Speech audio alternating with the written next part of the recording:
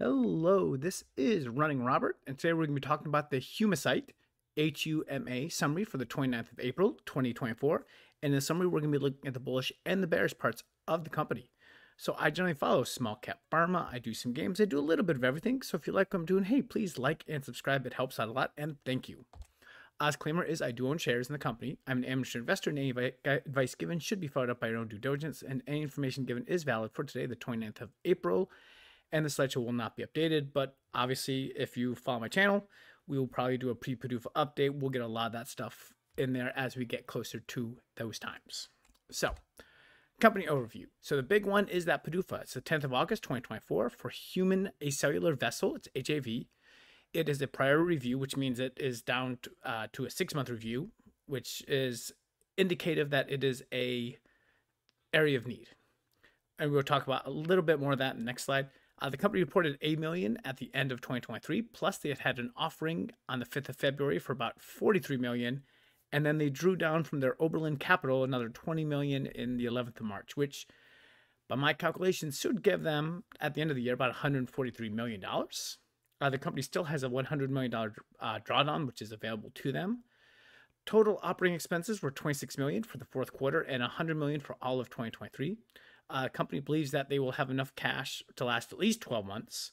So at the time of the report, so probably until quarter 1, 2025. And then if you're looking at this, you're probably thinking that it's probably going to be even more than that. So human acellular vessel. So the trial data was solid.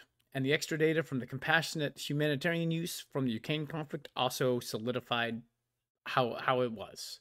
There were no major safety issues, and all the data was an improvement in all areas from the current treatments, that's secondary patency, infections, and amputations, all lower than the historic benchmarks. Now, this is where we're going to get a little bit bearish. It was a single-arm open-label trial, which the FDA agreed to, and then there's a chance that they will back it out when it comes to approval. And we've seen this with the FDA, and if you follow me and you follow Ardelyx, the FDA did something where they said, yeah, we like this trial design, go ahead and run it. And then it came back and they're like, well, we agreed to it in the past, but so, and that is something that we're absolutely going to look at. Obviously the data itself is solid. It is a needed area, why it got priority review. So we should be good there, but we're just throwing that out there because again, we're looking at the bullish and the bearish parts of the company. So, and if approved, which I believe it will be, I would expect additional indications to be successful in the future. Obviously, based on their technology and what they're using it for, like I said, I can see this definitely being scaled up. They have a lot of stuff from preclinical, so fairly positive. But what is the market for the drug? So there's 60 to about 100,000 vascular traumas each year. The company believes that it could currently treat about 26,000 of them. They said the price around 25. So if you look at the price between 20 and 30,000, that would put it to 500 to 700 million, depending on the price. There are around 2,229 trauma centers in the US, 200 of them being level 1. You're going to get most of your sales from those level 1 trauma centers. That's very simple. That's where the most complicated and at-risk patients are going to go. So, which means you'll be able to contact all of them with a relatively small marketing team. Now, they've said in the conference call that, hey, we could probably do this with under 20, and, that's probably a good number. You might not see a very large operating team in place because really you want to hit those level 1s first, and then you can go from there. And of course, the Department of Defense is also going to be like a buyer of this. I think it's kind of written on the wall that they will buy some of these for battlefield traumas and stuff like that. So it probably won't be a huge buy, but it will definitely be a buy. So the big thing, I've followed a lot of small cap pharma through approval, and the biggest thing, of course, is going to be inspection readiness.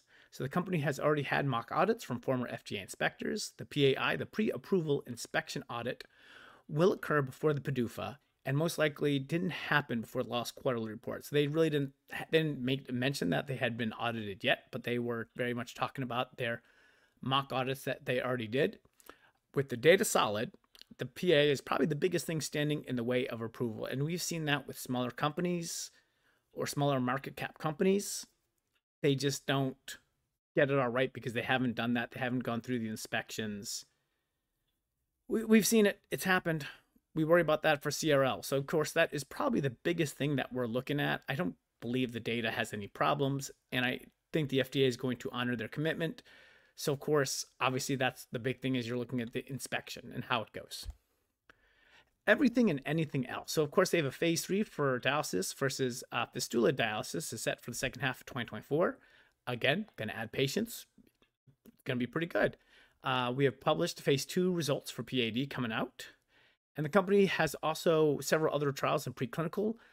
Most of the trials will need less time for enrollment and results based on what they're doing. And the biggest thing I mentioned there is that since these are more trauma related, there's a lot less that you have to do. You're not worried about enrollment going quickly, because obviously it's going to go very quick when people are coming to these trauma centers and they're trying to do something new that is better. And then, of course, the results normally you have a year after any kind of thing that what you're doing for safety and making sure everything's okay. So again, the results will come a lot quicker than maybe a traditional phase 3 trial that you might be sitting for like 2 or 3 or 4 years. And of course, a member of the Senate is invested in Humacyte. That is Tommy Tuberville. Obviously, this is positive. He's bought, I think, a total of 5 times or he's sold. Let me start that over. He is invested in the stock with 4 buys and 1 sell at the moment. So I will mention it because obviously he has inside information being part of the Senate. At the same point, his track record is not as good as other senators or congressmen or women. So that is just something to keep a lookout for, to see if any other people from Congress decide to invest.